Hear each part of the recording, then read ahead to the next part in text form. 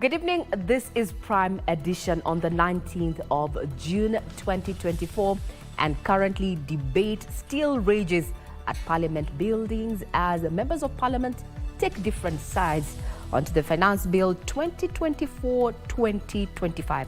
We will be unpacking that in the course of this particular broadcast.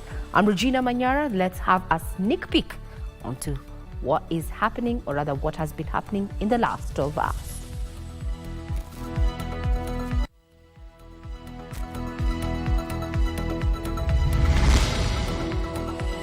Divided down the aisle. Debate on the Finance Bill 2024 kicks off in earnest at the National Assembly, dividing MPs along party lines. Anti-tax bill demonstrations continue with youth in Mombasa engaging police in running battles.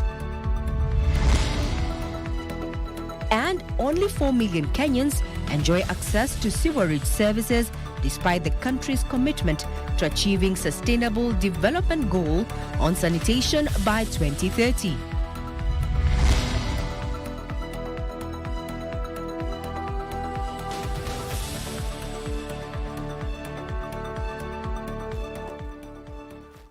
I'm Regina Manyara. Let's do this. My colleague on sign language is none other than Anne Wangeshi. And we start off with that controversial Finance Bill 2024-2025, where the debate is still ongoing at the National Assembly, and it lived up to its billing as members across the political divide passionately presented their views of the contentious proposed laws. While members from the majority party argued that the bill is the best fix for the country, those in the minority side maintained that they will reject the document in its entirety to protect Kenyans from being hoodwinked by vague amendments. Concerning the Finance Bill. Debate on the Finance Bill 2024 on the floor of the House on Wednesday. Proposed amendments to the bill took center stage. The majority side saying the new proposals give the bill a new face. Honorable Speaker, this bill provides additional money to CDF, the best fund in this country. Honorable members across the divide, the best monitored, the most evaluated. There were antagonistic clauses, Mr. Speaker, that were offensive to some Kenyans. These clauses, Mr. Speaker, have been attended to in the right place.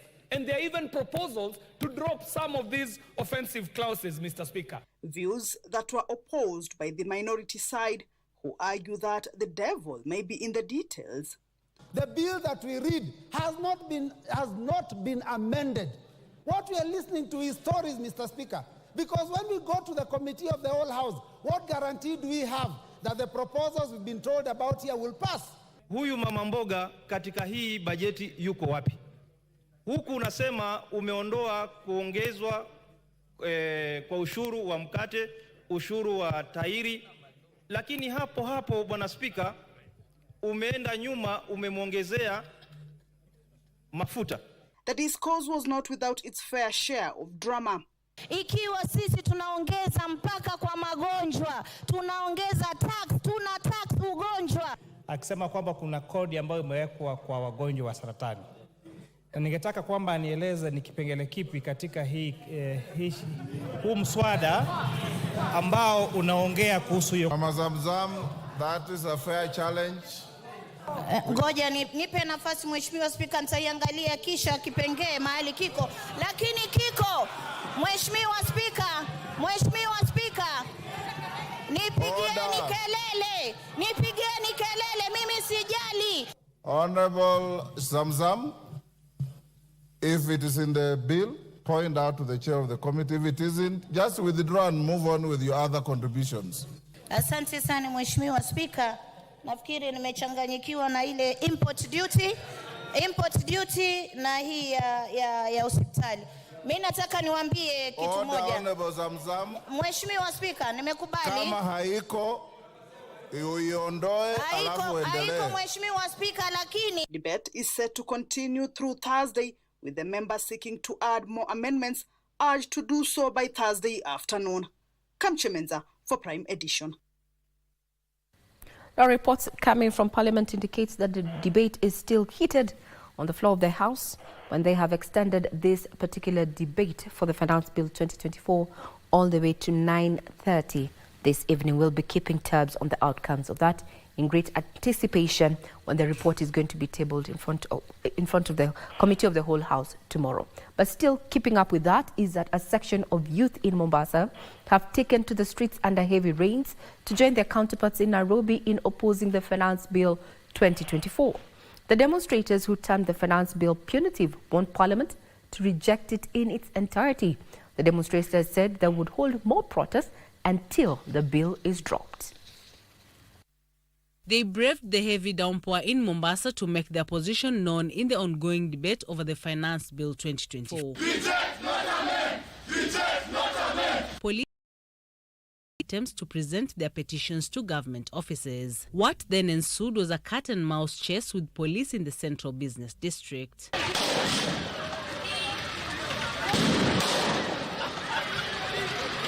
The police deemed the march illegal. I am the OCS in a document.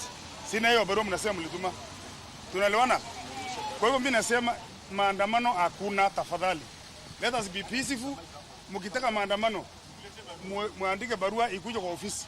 The youths who spoke to KBC Channel 1 expressed their dissatisfaction with some of the proposals contained in the finance bill, warning that they will recall the MPs who will refuse to side with them in the raging debate. Wabunge wa kazi yao ni kurepresent Wanakenya ndani ya bunge, lakini tukiangalia hao wabunge ndio matapeli. Hao wabunge wameingia ndani ya bunge kuangalia matumbo yao. We are saying no to this. This is the time they need to show kwamba wanasimama na wananchi. The people do not want finance bill. The people do not want finance bill. Now we want to make sure if they don't reject finance bill, we will make sure we impeach them before 2027. Bunge ambao wamekaa hapo National Assembly waamini kwamba wanachokiandika na kukifanya pale wazingatie, kwa sababu sisi ndo tuko huku kwenye field na watu wanaumia sana. They alleged that the enactment of the bill into law will raise the cost of living. Wakisema kwamba wameamend bado hai make sense, kwa sababu ukisema umetoa tax ya vitu ambavyo vinatengenezwa humu nchini lakini umeweka ushuru kwa vile vitu ambavyo vinatoka nje, hausaidii watu, kwa sababu 80% ya vitu ambavyo tunatumia hapa ni vitu ambavyo vinatoka nje. Kwa hivyo ukisema kwamba ushuru bado unatozwa vitu vya nje, kumaanisha ile cost of living bado itakuwa pale juu. Mwananchi anaumia, sisi tunaona ni kama hatusikiki. Tuahidi kwamba utaangalia maisha ya hasla. Kwa kweli hivi ni kuangalia hasla. Now, Kenyans may be forced to pay more for fuel if the amendments to the finance bill are passed and assented into law. The government proposes a 38.9% increase in the road levy, meaning the levy charged on fuel will be increased from 18 shillings per litre to 25 shillings per litre. After widespread hue and cry from the public yesterday, Kenya Kwanza aligned legislators emerged from the parliamentary group meeting at State House with a raft of proposal to the Amendment Finance Bill 2024. Among the proposal was to drop the value-added tax on bread, removal of 2.5% motor circulation tax, and removal of 16% on sugarcane transportation, among other proposals. Many of the amendments that have been proposed by the Finance Committee in a big way cure the numerous concerns that Kenyans had over this finance bill. 2023 bill, which is already draconian enough, but is less draconian than this one. Let us reject this bill. The 2023 bill will continue, and let us have a bipartisan approach to budget making so that we can sit down and agree on the basic minimum that must be included in that budget. However, the new amendments are yet to be captured in the bill that went out for debate today in Parliament. If the proposed finance bill amendments come into law, fuel prices will go up as the government proposes to substitute the 2.5% motor vehicle tax with an increase in road maintenance levy. In the amendment, the road levy will be increased by 7 shillings to 25 shillings per litre. You are going to introduce a new clause to this bill, which was not there, called road maintenance levy. And you are telling us clearly that you have not been able to collect enough levy in this year than previous year because the prices of fuel was high, and you are proposing to increase it here by 7 shillings, but I'm told I have information that you are going to move it to 9 shillings when we come to the committee of the whole house. You should know better that an increase in the fuel prices is contained under regulations on the Kenya Roads Board Act. And therefore, introduction of increase of fuel cannot be done on a finance bill. It is just a matter of simple logic that such an experienced legislator should know, Honorable Speaker. The proposal are also seeking to scrap the value-added tax on financial services because banking services will be out of reach to many. The amendment bill also proposes to scrap the 16% VAT on bread. This government is giving you with the right hand and taking with another, the left hand. Why do I say so? We are being lied to as a country that now VAT on bread is going to be reduced, which anyway was not there in the first place. You are the ones who came up with this crazy idea. Edible oil prices are also set for a marginal increase after the government proposed eliminating excess duty but maintained the 2% levy on nut and crops directive. Increase in excess duty on telephone, internet and mobile money transfer from 15 to 20% has been dropped in the proposed amendments. However, the Finance Committee has retained the equal levy on imported diapers and sanitary pads on grounds that it will go a long way in promoting local manufacturing. As a user, as a mother, as a woman leader, I am greatly concerned that the price of sanitary towels and diapers is not only going to affect the mothers and the users of those items, but is going to affect the budget of individual homes. Benson Duba reporting for Prime Edition. Chief Justice Martha Koome has hailed slain Principal Magistrate Monica Kivuti for her high integrity in following the law when administering justice. This comes as the Judicial Service Commission reveals that the accused person in the matter that led to the fatal shooting of the magistrate had absconded court on 7 different occasions and presented false medical documents in court. The accused person in the case that led to the fatal shooting of Principal Magistrate Monica Kivuti was facing charges of obtaining 2.9 million shillings by false pretense. Further details from the Judicial Service Commission indicate she had failed to attend court on 7 different occasions, which include the 23rd of November 2022, 7th of March 2023, 9th of May 2023, 5th of December 2023, 7th of May 2024. A warrant of arrest was issued and cash bill forfeited. 13th of May 2024 and 30th of May 2024. Medical documents presented by her counsel for authentication would later prove false. As there were no medical documents to prove that the accused person was indeed sick, counsel for the accused person then apologized to the court for the misinformation, stating her by the accused person and her husband. The counsel requested for leniency and applied for reinstatement of the bond on humanitarian grounds. This then prompted the Principal Magistrate to order that a pre-bail report be filed in court within 14 days. The accused be remanded at Langata Women's Prison. The officer in charge Langata Women's Prison to avail an ambulance to escort the accused person to hospital for treatment, and the matter be set for mention on the 27th of June 2024 for pre-bail report and hearing on the 6th of August 2024. The Honorable Magistrate observed that the hearing of the case was being delayed due to the accused person's failure to attend court. The magistrate was shot several times by an assailant accompanying the accused person. The same assailant was a senior police officer. Commend the garant officers who responded to protect the Honorable Magistrate and other court users. And in return, some of these officers sustained injuries, and one of them is still recuperating. Henceforth, judiciary services will no longer be rendered in makeshift structures as the judiciary upscales the use of virtual courts, engage Parliament for sufficient resource allocation, expedite the completion of 4 courts within Nairobi, which include Mihango, Huruma, Kasarani and Dagoretti, in order to decongest Makadara, Milimani and Kibera law courts, restructure the Judiciary Police Unit and the Directorate of Administration and Security to address the security. Makadara law courts will remain closed until further notice. Serafina Robi for Prime Edition. Well, as we take our fast breather, is to remind you that we are streaming live on KBC Channel 1. That breather will be back with more.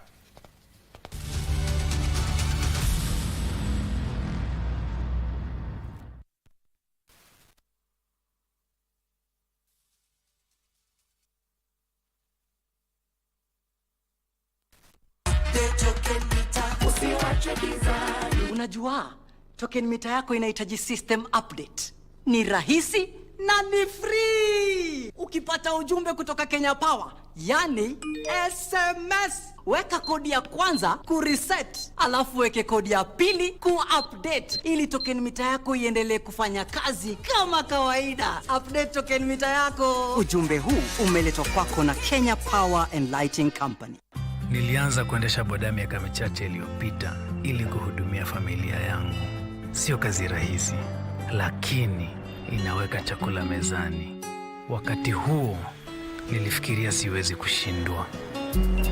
Ningeendesha boda kwa kasi, kukwepa na kuvuka barabara ovyo ovyo. Ningefanya chochote ili kufika napokwenda haraka. Lakini siku moja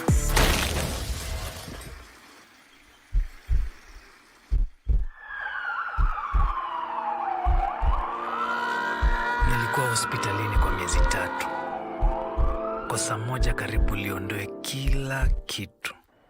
Mwaka moja baada ya kutoka hospitalini, nilihudhuria mafunzo ya jinsi ya kuendesha boda kwa usalama. Boda ni life, lakini life si kitu bila usalama. Zingatia kanuni za trafiki.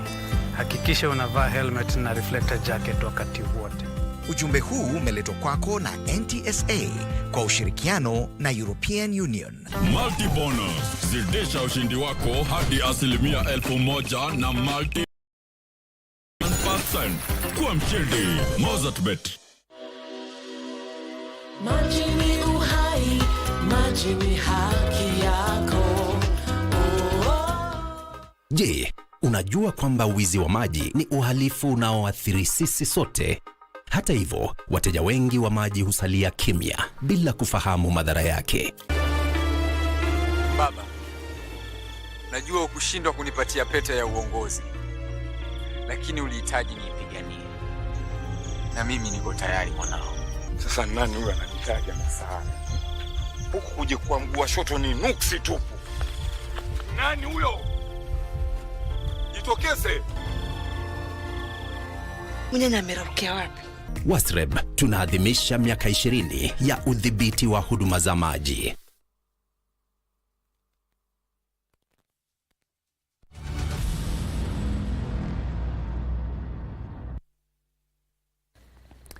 Good evening, you're still watching Prime Edition.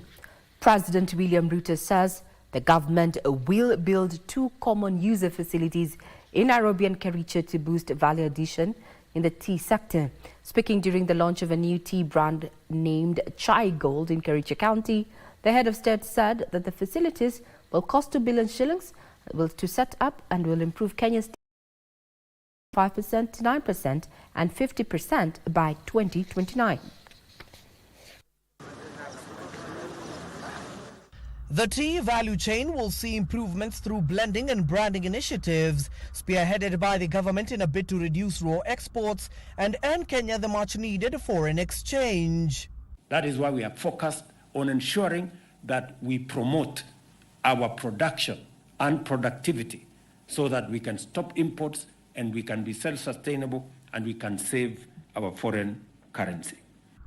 This became evident during the launch of Ketepa's new brand of tea known as Chai Gold. Vile tunaona mapato. In the last consecutive, now 2022, almost 40 billion. 2023, 180 billion. 2024, 210 billion. That is a good trajectory. President William Ruto said improving branding and value addition of tea in the country will make other countries stop repackaging Kenya's produce and selling them as their own. Kwa miaka hii yote, hiyo chai yetu nzuri inatumika kufanya blending ya chai zingine ambazo zio maarufu na haina premium kama hii yetu. Tunasaidia watu wengine kuuza chai yao. The government and the Kenya Tea Development Agency KTDA will be working closely with tea growing counties to contribute the 2 billion shillings to set up 2 common user facilities to serve the country. Serikali ya Kenya nimeambiwa ya kwamba mnahitaji karibu shilingi bilioni 1.5 kuweka facility ya common user kule eastern part of the country, na hapa mnahitaji shilingi milioni 500. So hiyo ni karibu shilingi bilioni 2. Kwa hiyo bilioni 2 nyinyi mtatoa bilioni 1, sisi tutatoa bilioni 1. The head of state acknowledging that the branding of the produce, which is currently at 5%, needs to improve to 9% in the next financial year. Ile kilo milioni 5 mnafanyia value addition kila mwaka itaongezeka kutoka kilo milioni 5 mpaka kilo milioni 15 kupitia kwa sehemu hii. The president using the occasion to urge leaders to tour Kenya as part of their legislative agenda. Na mimi na governor huyu, hawa wadosi wako hawa umewaintroduce hapa, waharakishe ile mambo ya kupitisha mambo ya town. Sinyinyi mko na hiyo network kama? Nimeambiwa next week wanaspeaker lini? Next week Tuesday. Aya, Tuesday kila mtu wa report kwa assembly. This comes barely days after Treasury Cabinet Secretary Professor Njuguna Ndogo told MPs that the agricultural sector will receive 54.6 billion shillings in the next financial year to boost food security in the country and, more importantly, ensure that farmers are paid on time. Abdiaziz Hashim from Kericho County, Prime Edition. Lack of adequate facilities, qualified manpower and resources is a threat to achieving quality science, technology, engineering and mathematics education in Africa. This was revealed during a policy dialogue forum on integration of STEM education and play based on pedagogies in Africa education held in Nairobi. The data was collected from a study conducted in 9 African countries in 2020 between October 2022 and June 2023, respectively, for high school and primary school learners. A policy dialogue on the integration of science, technology, engineering and mathematics education and play-based pedagogies in African education highlighted major hurdles hindering growth in the African continent. There is need for resources and facilities, which is obviously linked to increased funding when it comes to STEM education. The forum at Semastia Center in Nairobi was organized by Association for the Development of Education in Africa. So that then from there we decide our course as Kenya. So each country is supposed to be given an opportunity, the way we are doing, to make now their own course. Kenya is supposed to chart their own course now. You chart your own course. You can even conduct another baseline for your own country. You don't have to rely on the findings of the 10 or 15 countries that we have done today. So you can rely on your own contest. Stakeholders called for more collaboration and exchange of ideas to accelerate the improvement of STEM education for learners. As a government, we are committed to providing inclusive and equitable quality education, training and research to all Kenyans. Among the strategic choices we have made is to strengthen STEM education. We believe that through collaboration and exchange of ideas, we can enhance the quality of STEM education in our country. Policymakers were further urged to come up with solutions and mitigation measures that redefine integration of STEM education in Africa. The National Assembly is set to probe why Kenya Broadcasting Corporation has failed to remit pension dues from the employer and employees to the pension scheme. This is after Teso South Member of Parliament Mary Emase sought a statement on why the KBC Staff Retirement Benefit Scheme is yet to transition from the defined benefits scheme to the defined contribution scheme as per the directive of Treasury. The unremitted contributions without interest stand at 1.6 billion shillings as of December 2023. Thank you, Honorable Speaker. This is a request for a statement on delayed remittance of pension to pensioners of the Kenya Broadcasting Corporation Staff Retirement Benefit Scheme. Honorable Speaker, pursuant to Standing Order 44-2C, I wish to request for a statement from the Chairperson of the Departmental Committee on Social Protection regarding delayed remittance of pension to pensioners of the Kenya Broadcasting Corporation. Honorable Speaker, the Kenya Broadcasting Corporation established the Kenya Broadcasting Corporation Staff Retirement Benefit Scheme under defined benefit scheme in 1991. In 2010, the National Treasury issued Circular Number 18 of 2010, directing conversion of all defined benefit schemes in the public sector to defined contributory schemes. Notably, the Kenya Broadcasting Corporation Staff Retirement Benefit Scheme still operates as a defined benefit scheme. Honorable Speaker, the National Treasury, through its Circular Number 13 of 2023, directed all state corporations to budget and honor their staff pension obligations, including the arrears. It is unfortunate that the Kenya Broadcasting Corporation has continued to contravene the said directive. The inordinate delay in remittance of the pension to the pension scheme has caused anguish and financial distress to the affected pensioners. Honorable Speaker, it's against this backdrop that I seek a statement from the Chairperson of the Departmental Committee on Social Protection on the following. 1.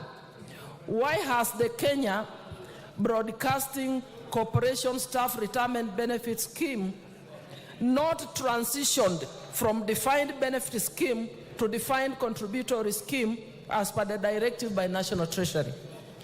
2. Explain the reasons for non-remittance of pension dues from both the employer and the employees deducted by the employer to the pension scheme. 3. What action is being taken to remedy the situation so that the affected pensioners receive their dues? I thank you, Honorable Speaker. Thank you. Chair, Social Protection. Majority Leader is directed to bring a response in 2 weeks. Much obliged, sir.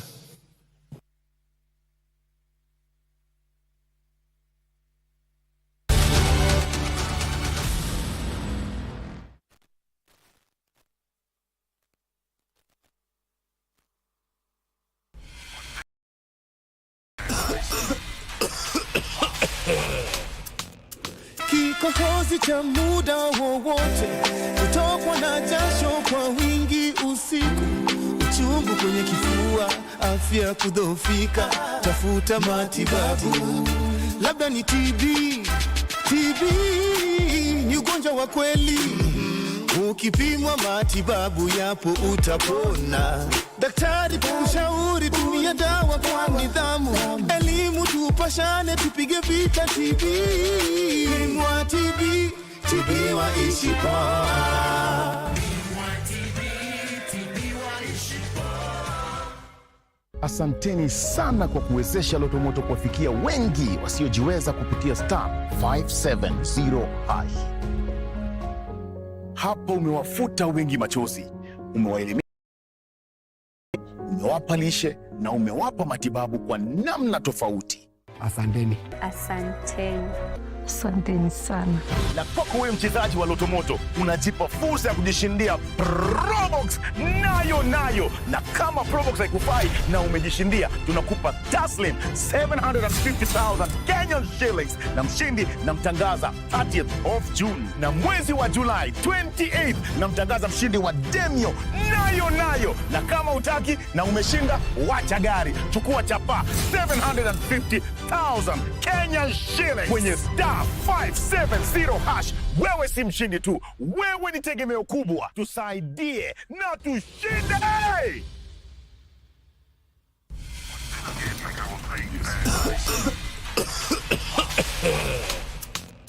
Kikohozi cha muda wowote, kutokwa na jasho kwa wingi usiku, uchungu kwenye kifua, afya kudhoofika, tafuta matibabu. He's loyal, but I believe he can be swayed. Nitajua vile nitadeal na yeye. Do you want to file a formal complaint? And say what? That he held my hand? Where is she? That sister of ours, Christabel.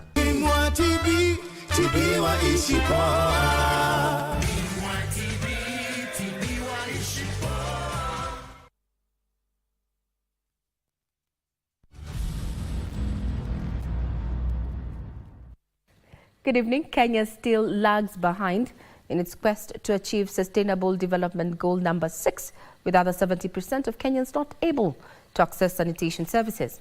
According to the Ministry of Water, Sanitation and Irrigation, only 3.9 million Kenyans in 26 counties access sewerage services, with open defecation remaining rampant across the nation. 6 years until the deadline set on the implementation of the country's economic blueprint, the government now admits that it is racing against time to ensure all Kenyans enjoy sanitation services. The Ministry of Water, Sanitation and Irrigation says while a majority of Kenyans access water services, sewerage management is available only to 4 million people. When we talk about safely managed sanitation, we are still at 33%. That is extremely low. And basic sanitation, we are at 93%. That tells you that most Kenyans, about 8%, still use open defecation. Speaking ahead of the National Sanitation Conference to be held in Kisumu County in July, Engineer Lima urged the academia to invest in research and capacity development geared towards improving sanitation governance and service delivery. We need to involve the people who do research. We need to involve the people who undertake training, particularly training for engineers, because engineers at universities are trained on sewerage. Sewerage is a small function, a small part of sanitation. The Kenya Sanitation Governance Conference will bring together over 300 delegates, including water service providers and national and county government officials. So we have a gamut of challenges bedeviling this country in terms of sanitation. So it is those challenges that have driven us to organize this conference. Because one, in terms of sanitation, there is no clear coordination governance framework. Sanitation is disaggregated, it is scattered in different ministries, departments and agencies. So in terms of coordination, it becomes a nightmare. Joseph Ohungu reporting for Prime Edition. Amani National Congress, ANC, a party associated with Prime Cabinet Secretary Musalia Mudavadi, has agreed to fold and merge with President William Ruto's led United Democratic Movement, UDA. The planned merger was announced at State House after a meeting between both parties' top officials. President Ruto praised the move as a cure for ethnic politics, while Mudavadi insisted that ANC was looking to become part of the larger political formation ahead of the 2027 general elections. The end is in sight for Musalia Mudavadi's Amani National Congress. ANC has agreed to fold and join the United Democratic Alliance in a soon-to-be-established political outfit. For months, President William Ruto's UDA has courted its affiliate parties camp ahead of the 2027 general election. The constitution of our party, ANC, permits us to merge with your party. The conversation today is therefore within our party laws. This has been a conversation going on, but I think you are safer, and I believe you are safer working with him than being out in the wilderness. The same way you made the right decision in the handshake, in the earthquake in Bomas, is the same way you are making this decision again. Wednesday announcement comes after months of denial by Mudavadi's allies that his party had agreed to fold and join UDA. Sasa mimi nataka niwaulize, kweli mnaona inaweza kuwa haki? Mimi niko prime cabinet secretary, alafu tena mimi nasimamisha candidate kupingana na yule ameweka kidole ya mimi kuwa prime. It is a serious conflict of interest. President Ruto says the time has come for the country to drop tribal groupings and embrace parties with a national outlook. And I am committed to making sure that we of Kenya, so that political parties into the future do not represent personalities. The decision to fold the ANC has been termed by critics as a scheme to stifle political democracy in the ruling coalition. Giverson Minor, Prime Edition. Deputy President Rigathi Gachagua was among hundreds of world leaders who converged in Pretoria, South Africa to witness the inauguration of President Cyril Ramaphosa. Gachagua delivered a congratulatory message from President William Ruto to President Ramaphosa and the people of South Africa. The colourful inauguration ceremony at the Union Buildings in Pretoria was attended by heads of state and government, as well as former presidents from Africa and beyond. Deputy President Rigathi Gachagua represented President William Ruto in the ceremony. Opposition leader Raila Odinga, who is eyeing the chairmanship of the African Union Commission, was also present. President Ramaphosa, who was sworn in for a second term, gave a wide-ranging keynote address that centered on national unity. He was re-elected by South Africa's parliament following a landmark coalition deal between the governing African National Congress ANC and opposition parties. He was first elected in 2018, succeeding Jacob Zuma. Nancy Okware, Prime Edition. The scope of training for community health promoters has been expanded to include climate change. Principal Secretary in charge of Public Health and Professional Standards, Mary Muthoni, says the health promoters play a critical role in the delivery of universal health care, hence the need for continuously building their capacity. Cliff Okech with more details.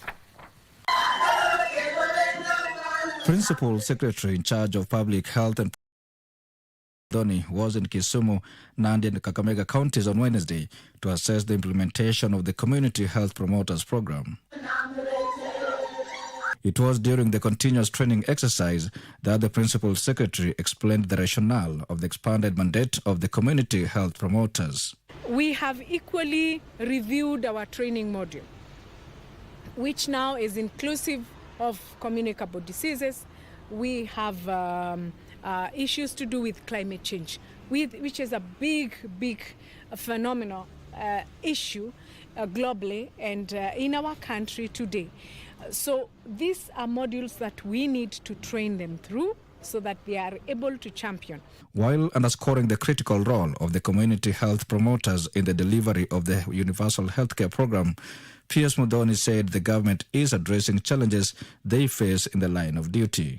So the community health promoter is level 1 in our referral system.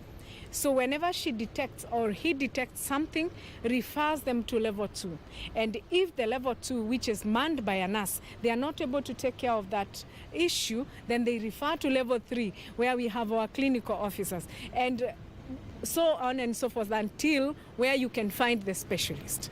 That is our referral system. So we have a lot more to train them. For Prime Edition from Kisumu County, I am Wycliffe Okech. The National Authority for the Campaign Against Alcohol and Drug Abuse has launched a 5-year strategic plan, which includes, among others, sensitization of 10 million parents on positive parenting and developing guidelines targeting learning institutions.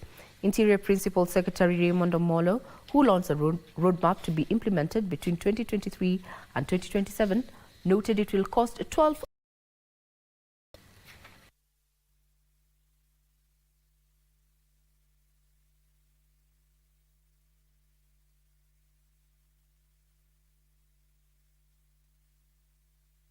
all our efforts that are geared towards addressing emerging issues within the space of alcohol and drug abuse. This plan has been carefully developed by taking cognizance of NACADA's operational environment, and it is premised on our mantra of having a nation that is free from alcohol and drug abuse. NACADA has been executing its mandate by undertaking a number of activities that include public education and advocacy campaigns, treatment, rehabilitation and reintegration, and compliance and enforcement of alcohol and drug control laws, regulations, and standards.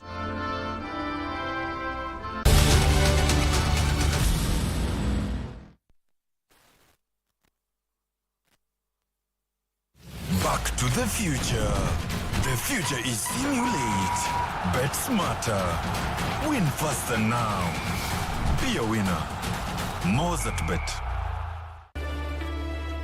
Baba, najua ukushindwa kunipatia pete ya uongozi, lakini ulihitaji niipiganie. Na mimi niko tayari mwanao. Sasa nani huyu ananitaja msaada? Huku kuje kwa mguu wa shoto ni nuksi tupu. Nani huyo? Jitokeze. Mwenye ameraukia wapi?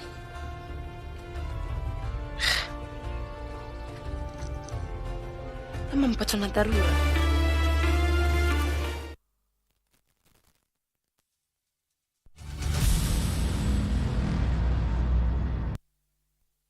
Welcome back.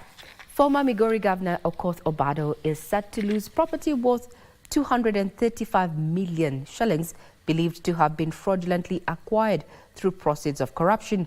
The move follows a court order that gave EACC the green light, saying attempts by parties to have the matter settled out of court did not materialize. Details in the Scales of Justice segment. Following Justice Minor's orders, the anti-graft agency EACC is set to sell 8 prime properties belonging to former Migori Governor Okoth Obado and his proxies in a public auction. The property house with a market value of 40 million shillings, a commercial block known as Sunrise Centre in Suna East worth 88 million shillings, a mansionette in Nairobi among others. In the suit, EACC had told court that the properties belonging to Obado and his associates are proceeds of corruption and unexplained wealth stolen from Migori County government. And a political activist who attempted to disrupt a photo shooting session presided over by Cabinet Secretary to the Treasury Professor Njuguna Ndung'u has been charged. Wakati asisi za serikali zinapozembea kazini, lakini ni dhahiri kwamba mshtakiwa hana shida yoyote ya akili. Yeye ni baba wa watoto, ana mke. Ni vile tu hali ya nchi inapoendelea inavyosumbua. Julius Kamau is said to have staged a demo outside the Treasury on the 13th of June 2024 during the budget day. Trial Magistrate Bernard Ochoi ordered the accused be released on a bond of 50,000 shillings pending trial. The court had earlier directed that this matter will be heard before court number 5, so that order still remains. Meanwhile, activist Boniface following yesterday's arrest near Parliament building during protests. The move followed after a group of 18 lawyers who came to Milimani's Chief Magistrate Court Wednesday, citing Mwangi has been held since morning inside a car at the court's yard without being taken to court for charges. And the parking behind you, where these 3 gentlemen are, is within the jurisdiction. You can cause them to be brought here under your own arrest, then you grant them bail. Then the prosecution can take their time to reflect on whether they want to charge them or not. The trial magistrate directed he be released by police since picketing is allowed in the constitution. In this country, why are we giving sponsors money? Why do you have an illegal office like that for Mudavadi? Why are you spending money renovating an office when a magistrate died in Makadara because she was in a tent. Kenyans themselves will stand up for themselves. Tumechoka na lazima serikali isikilize mwananchi. In Kiambu, local the Directorate of Criminal Investigation request for an additional 5 days to hold a police officer who is said to have shot dead a U.S. Embassy employee in May this year outside a popular nightclub in Kiambu town has been declined. There is no indication that the respondent is a flight risk or that he will in any way interfere with the witnesses if released on cash bail or bond. It is for these reasons that I allow the prayer by the counsel for the respondent and grant the respondent bond of Kenya shillings 1 million with a surety of similar amount. The court had ordered Dennis Mwai Irungu, who has been in police custody for over 14 days, to undergo a mental assessment before charges are preferred on him. To counties, a group of investors under the umbrella of Nairobi business communities lamenting losses incurred during Tuesday's anti-finance bill 2024 protest in the Central Business District. While expressing their respect for the constitution, which allows picketing, the business owners said their businesses were negatively affected. This and other stories in our county news roundup. The Nairobi business community say they want the safety of their businesses, investments and clients to be guaranteed in the wake of the anti-finance bill 2024 protests. To ensure that so that our businesses and our stakeholders are safe. Sentiments echoed by Tourism Cabinet Secretary Dr. Alfred Mutua, who expressed his disappointment with the protesters, saying their actions were ill-informed and unnecessary. It is your right to take a different position, but be informed. Don't get caught up with all this propaganda. This even as the National Liberation Party is demanding the unconditional release of all demonstrators and bring to book all officers involved in what they termed as police brutality. Hii kuweka kitu kwa roho kwa nguvu. Vijana wamejitokeza kuongea wanapigwa. And over 600 residents of Homa Bay County have benefited from a free healthcare services initiative focused on identifying and managing chronic conditions which often go untreated due to lack of resources.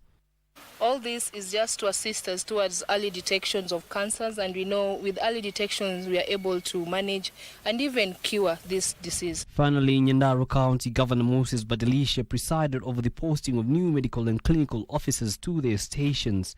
The county boss said the move will address the high number of persons seeking medical services in the devolved unit. Wale wako karibu na kaunti hii wanafurahia kuja kupokea matibabu hapa kwetu. Yusufa reporting for Prime Edition. Now to one of Wednesday favorites, segments, and this is Cinemas and Theatre, where the month of June is celebrated annually as Men Mental Health Awareness Month. In the exploration of the unspoken challenges of mental health in men, the film Lost in Time, directed by Peter Kawa, delves deep into the struggles faced by men, shedding light on the importance of addressing and destigmatizing mental health issues. Here's a review of the film Lost in Time by reporter Jacqueline Masharia. Take a look.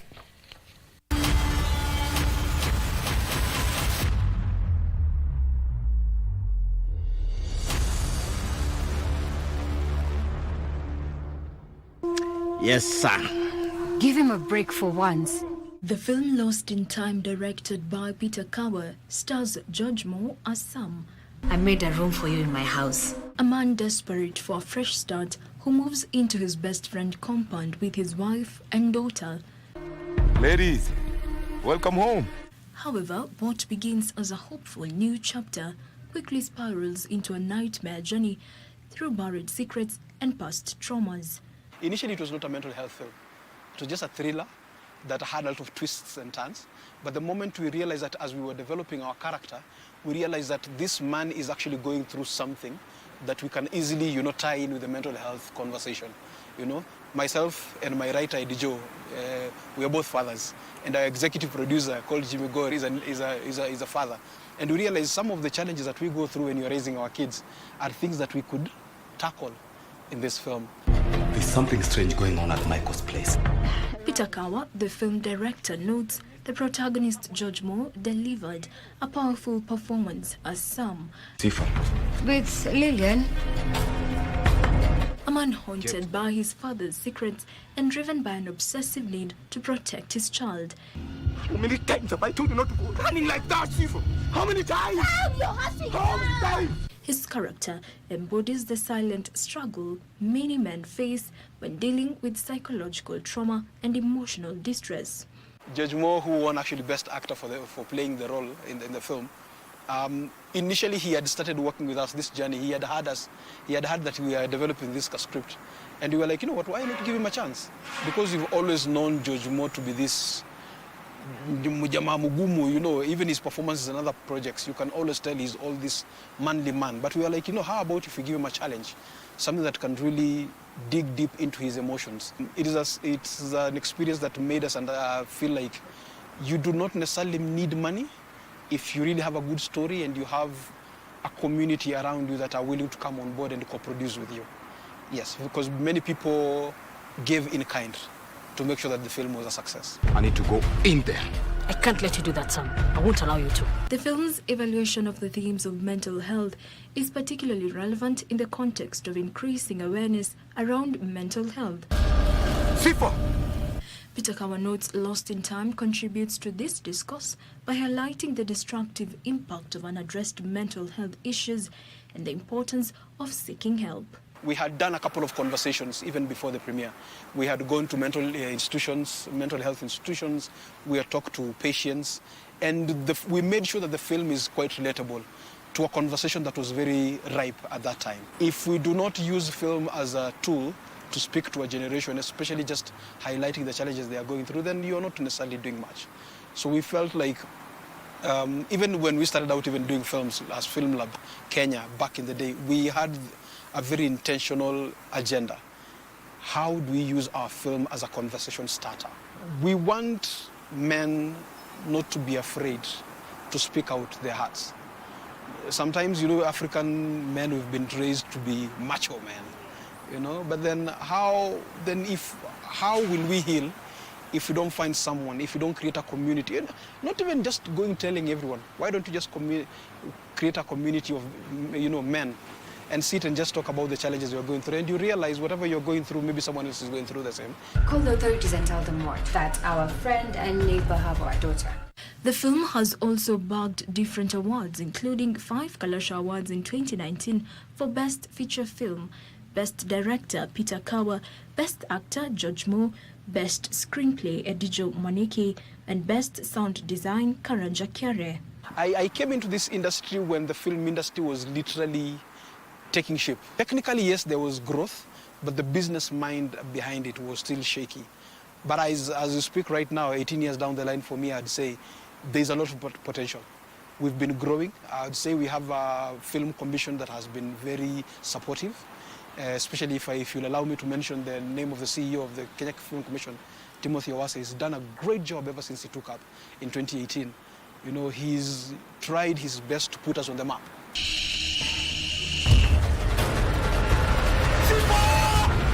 Right now, Lost in Time is on an online platform.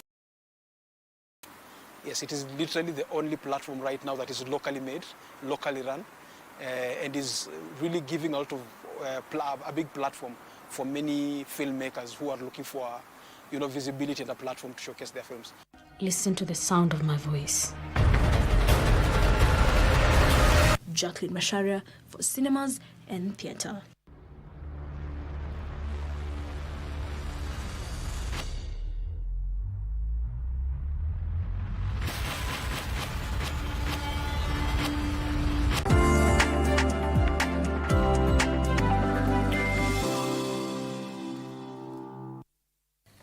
To matters business, where the reopening of the newly renovated Terminal 1C at the Jomo Kenyatta International Airport is slated for this month. The terminal is expected to ease international departures and improve traffic flow at the country's premier airport. Transport Principal Secretary Mohammed Dagar says the comprehensive overhaul of JKIA's infrastructure is underway to bring its passenger terminal, runway, taxiway, apron and airside facilities up to global standards. Terminal 1C was closed to the public last year to allow renovation of the decades-old terminal.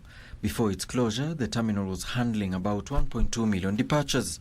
The reconstruction of the terminal is part of a government plan to overhaul the Jomo Kenyatta International Airport in a phased-out approach. The facility has been facing many teething challenges at the airport, such as the recurrent power blackouts and leaking roofs. We had issues with electricity, we had issues with the leakages. We have sorted that out, especially the electricity is fully sorted. You will notice that we have taken extensive repairs at our facility. We have restored the stable power supply at all the terminals. We have also addressed some of the challenges, infrastructure challenges we have been facing, including putting up a roof canopy from Terminal 1A all the way to Terminal 1D. The upgrade of JKIA facilities is set to benefit not just its passengers, but also its anchor tenant, Kenya Airways. The hub is extremely critical. Actually, without a proper hub, it is impossible for us to expand. The hub that we have here at JKIA has got constraints, particularly as we continue to expand both our frequencies and our destinations. Once the renovations are done, the capacity of JKIA is expected to jump from the current 8 to 13 million passengers annually. Transport Principal Secretary Mohamed Daga says the reopening of Terminal 1C will help address capacity bottlenecks at JKIA. We want a throughput of over 25 million passengers by the year 2050, and we're determined to do that by enhancing the JKIA as a premier facility. This development coincides with the launch of Kenya Airways a 3-week Mozambique. So we just relaunched the flight to Maputo this morning. It gives a lot of opportunity to connect Southern Africa to East Africa and onward to the rest of the world. This is the third new passenger route for KQ this year, after Mogadishu, Somalia, and Eldoret in Uasin County. Alanaoko, Prime Edition. Kenya has embarked on a national-wide wildlife census to document the country's wildlife population and their habitat. Wildlife and Tourism Cabinet Secretary Alfred Mutue says the data obtained will be key in guiding future conservation and management of wildlife resources to minimize human-wildlife conflict. The government has earmarked over 200 million shillings for a second nationwide wildlife census, which is set to conclude in June 2025. The funds allocated will help support advanced methodologies, including satellite imagery, GPS tracking, and drone surveys. This team will not only be looking for wildlife, they will be looking for any illegal activity going on. They will georeference and produce them in maps that will produce at the end of the exercise. This data is critical for us in our planning and in whatever we need to do. We are going to use the data to identify important wildlife areas, and also it will also guide us in establishing conservancies, inform protected areas and ecosystems, wide management plans, and also it will help us in our reviewing our wildlife strategy and the current review of Wildlife Act. During the launch in Narok County, Mutua noted that the National Wildlife Census 2024 will be key conservation agenda, setting the country on the global stage as local leaders expressed optimism on strides made in wildlife conservation and community involvement. We want to know their location.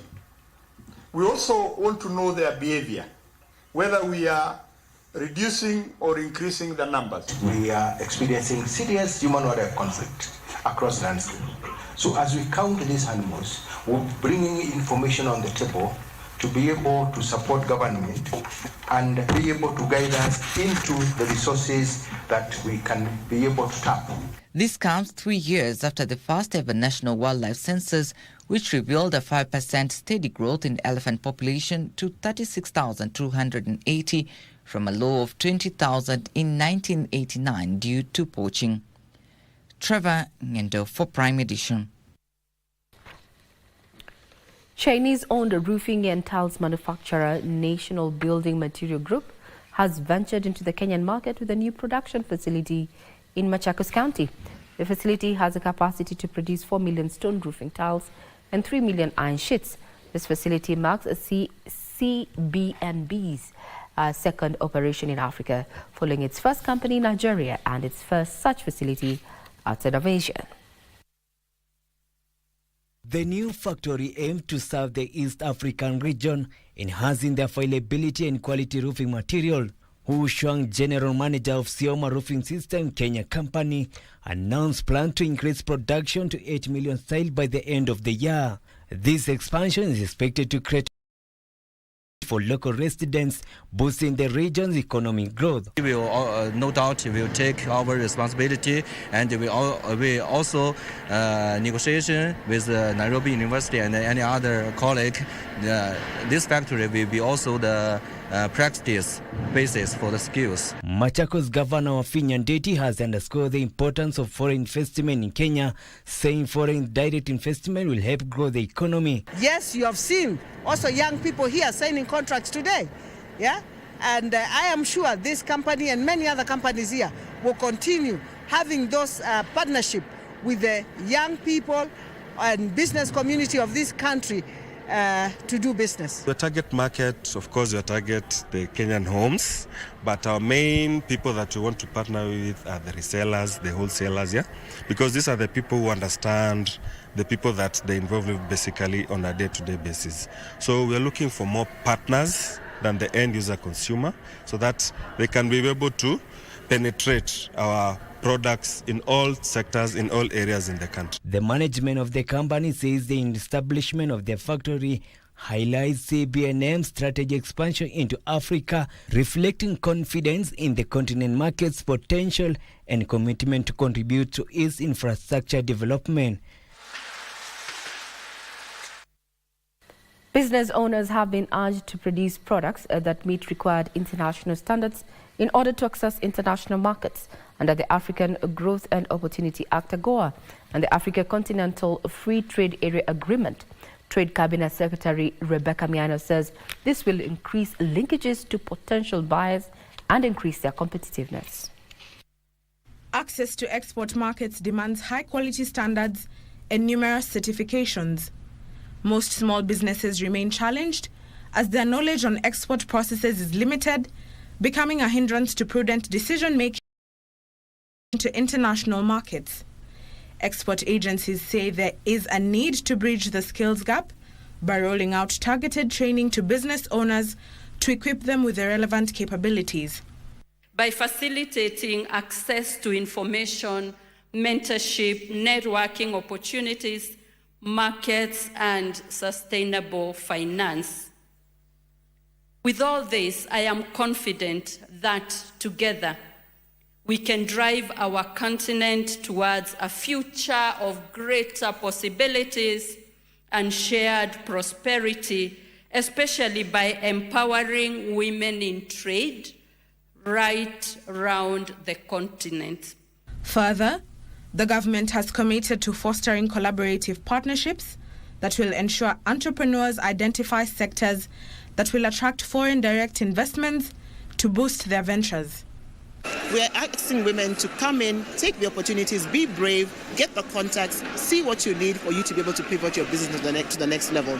And because you're talking about operating across borders, is actually trading on manufactured goods.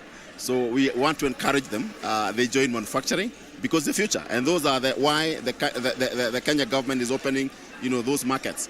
Nduta Mokami for Prime Edition.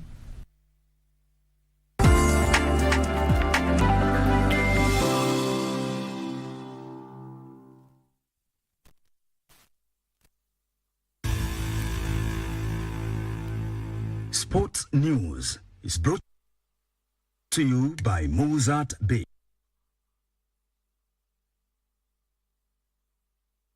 This World Blood Donor Day, join us in celebrating 20 years of giving. Thanks to blood donors, I'm here today. Your donations gave me a second chance.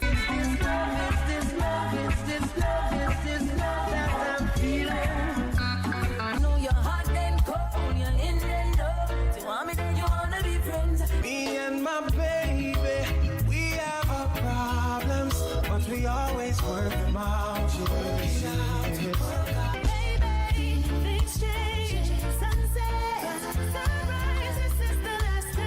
This message is brought to you by the Kenya Blood Transfusion and Transplant Service.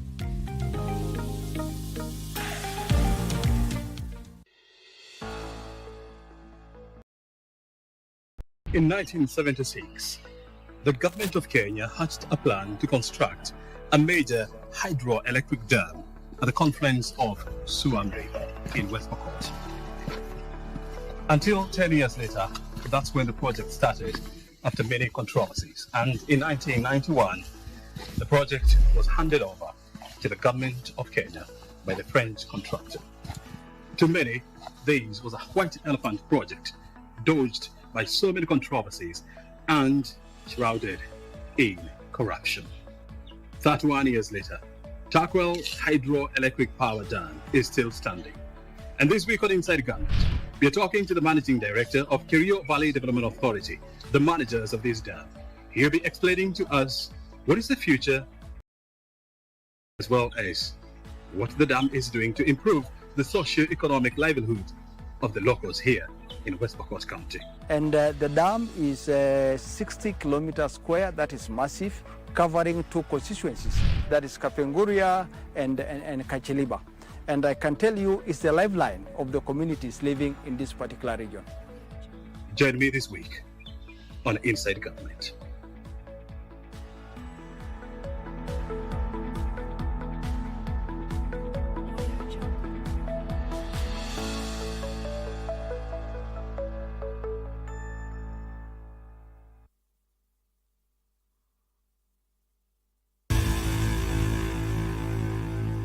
Sports News is brought to you by Mozart Bet. A very good evening to you. My name is Daniel Wahome and welcome to Prime Edition Sport. Now, Kenya has been pulled with Brazil and Japan yet again at the 2024 Paris Olympic Games to be held next month in France. The draw was conducted today in Bangkok after the 12 teams to the Paris Games were confirmed this week. Strikers will face Brazil, Poland and Japan at the Paris 2024 Olympic Games after the draw conducted in Thailand. Pool A has France, USA, China and Serbia, while Pool C comprises of Italy, Turkey, Netherlands and Dominican Republic. The Olympic volleyball tournaments at Paris 2024 will be played under a new format starting with 3 round-robin pools of 4. The pool winners, the pool runners-up and the 2 best-ranked third-place teams would advance to the quarterfinals for the start of the single elimination bracket that will lead to the semi-finals and eventually to the medal matches to determine the Olympic podium. The Paris 2024 volleyball matches will be held at the South Paris Arena in the French capital from 27th July to 11th August in a search for the 16th Olympic volleyball champions. And the national athletics team left the country today for Douala, Cameroon to take part in the 23rd African Senior Athletics Championships to be held from the 21st to the 26th of this month. The team was selected during the national trials at the Ulinzi early today, led by team leader Stephen Etiang and head coach Julius Kirwa. The championships will serve as the last Olympic Games qualifier for many athletes who missed their marks during the Olympic trials held at the Manyara National Stadium over the weekend. 3 athletes in the team have already booked their tickets for the Paris Olympic Games, and the Wiseman were in the 400-meter hurdles, Lilian Odira in the 800 meters, and Zablon Ekwam in the 400 meters men. Kenya will be defending the overall title they won in 2022 in Mauritius, bagging 10 gold, 5 silver, and 8 bronze medals.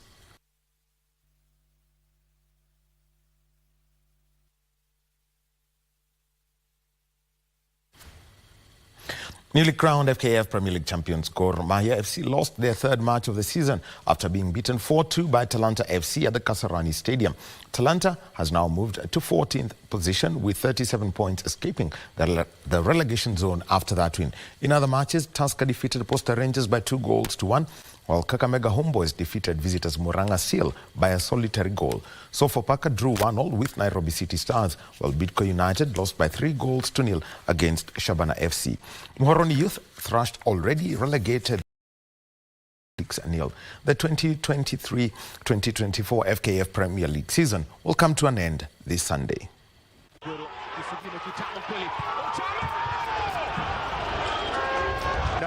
Ile 1v1 dhidi ya mchezaji. Petro anaileta ndani. Now, Anthony Kumu and Portugal-based Johnston Omuro are among the experienced players who have been named in the Harambee Stars Under-23 squad scheduled to participate in the upcoming COSAFA Cup, which will be hosted in South Africa from the 26th of June to the 7th of July this year. Kenya has been invited to participate in this year's COSAFA Cup after Malawi's unexpected withdrawal from the tournament. The Kenyan team, which is a blend of youth and experience, will also comprise of under-18 prodigies Amos Wanjala and Aldrin Kibet of Nasik Sports Academy, who starred in the Sekafa Under-18 Championship. Others who have been named in the team include, among others, strikers Benson Omal of Gor Mahia, Josephat Lopag of Dinamo Brest in Belarus, Moses Shuma of Kakamega Homeboys, and Zek Obiero, George Gitau and Jeremiah Bissau, who are based in England. Goalkeeper Brian Buir of Tusker FC, defenders Alfonso Mija of Dhofar in Oman, Faiz Pande of USA have also been named in the team. The team, which starts its preparations tomorrow, will be coached by Ken Odhiambo, assisted by Kariobangi Sharks coach William Muluya. And moving on is that Croatia and Albania played to a 2-2 draw in their second group match at the Euro 2024 earlier today in Hamburg. The result leaves both Croatia and Albania in a precarious situation in Group B after they lost their opening matches to Spain and Italy, respectively. Asani. You go in front.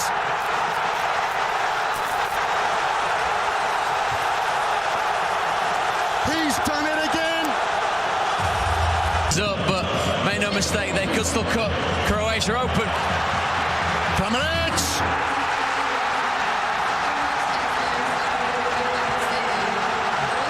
Pressure pays off, and Andre. Well, the goalkeeper's out of position now. It's an own goal. And so Euro 2024 continues. Other matches played. Germany defeated Hungary by 2-0. And playing now, Scotland and Switzerland, the second round of matches in Group A. That's the sport for tonight. Have a good evening. My name is Daniel Wahome. Back to you, Regina.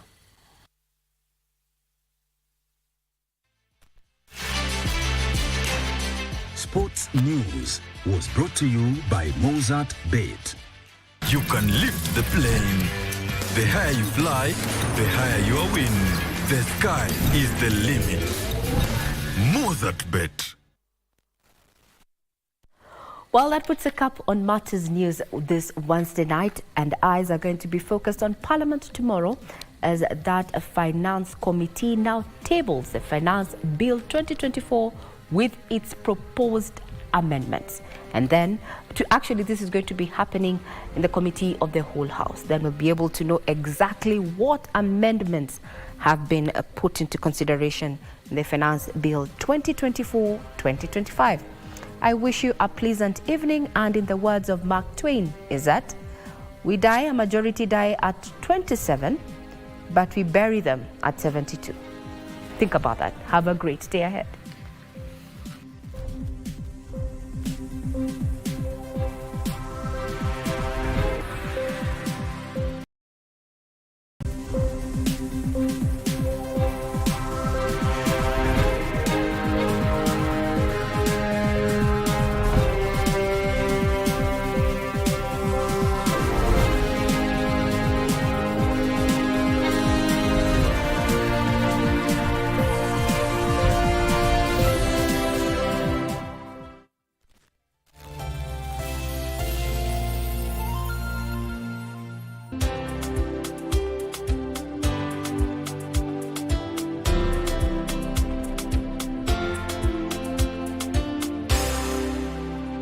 Countries across the world are currently grappling with climate change, a situation that has greatly contributed to frequent and severe droughts in Kenya, negatively affecting livelihoods, ecosystems, and the economy. As a way of mitigating this challenge, the government of Kenya has continued to implement drought resilience and climate adaptation measures to reduce vulnerability and exposure. The National Authority, NDMA, is mandated to coordinate the management of drought risk in the country with the view to preventing their slide into emergencies.